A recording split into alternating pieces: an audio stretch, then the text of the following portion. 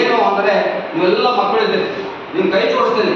My request आता हूं, बाल्य विवाह चाइल्ड मैरिज जीवन में कभी भी बोलो कभी भी नहीं कर लेना।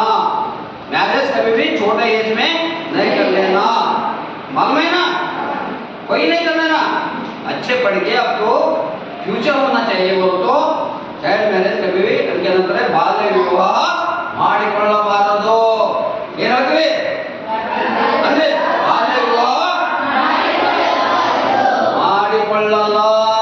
ಹೇಳ್ರಿ, ಮದುವೆ ಬೇಗ ಮಾಡಿಕೊಳ್ಳೋದಿಲ್ಲ